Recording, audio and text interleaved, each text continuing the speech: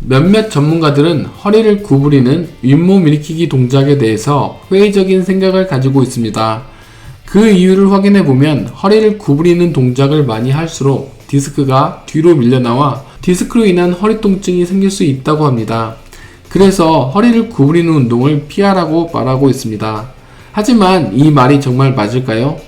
근력 및 컨디셔닝 저널에 실린 이 연구를 보겠습니다. 연구의 주된 내용은 세 가지로 나뉘어 있습니다.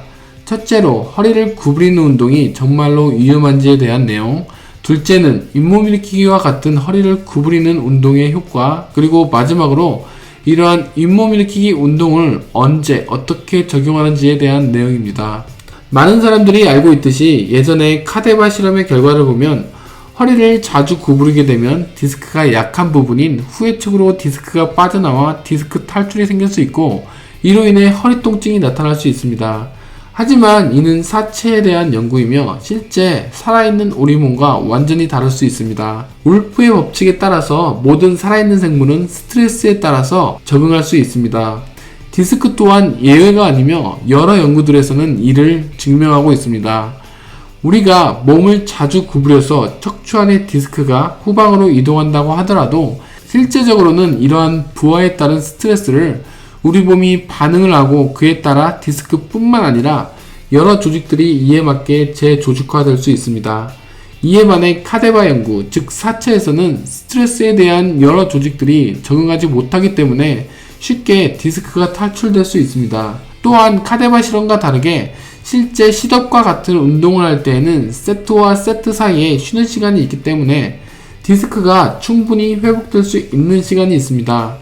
마지막으로 척추를 구부리는 시덥과 같은 운동을 통해 우리는 복강내압을 증가시킬 수 있습니다.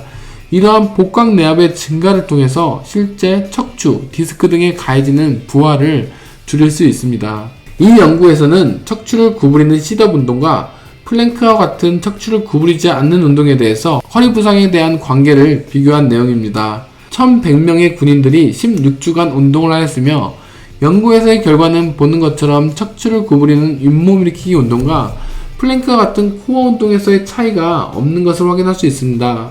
쉽게 말해서 16주간의 윗몸 일으키기 운동도 우리가 생각하는 것처럼 척추에 디스크에 위험한 운동이 아니라고 말할 수 있습니다. 이 외에도 다른 연구에서는 허리를 구부리는 동작이 허리 통증에 효과적일 수 있다고 말하고 있습니다. 운동은 잘못이 없습니다. 위험한 운동이 있는 것이 아닌 준비되지 않는 상태로 무리하게 운동하는 사람이 있을 뿐입니다. 둘째로 몇몇 사람들이 말한 것처럼 위험할 수도 있는 윗몸 일으키기와 같은 허리를 구부리는 운동을 해야 하는 이유가 있을까요? 여기 연구에서는 척추를 구부리는 동작이 위험한 것이 아니라 오히려 척추 관절의 움직임을 통해서 디스크에 수분과 영양분을 공급할 수 있다고 말하고 있습니다.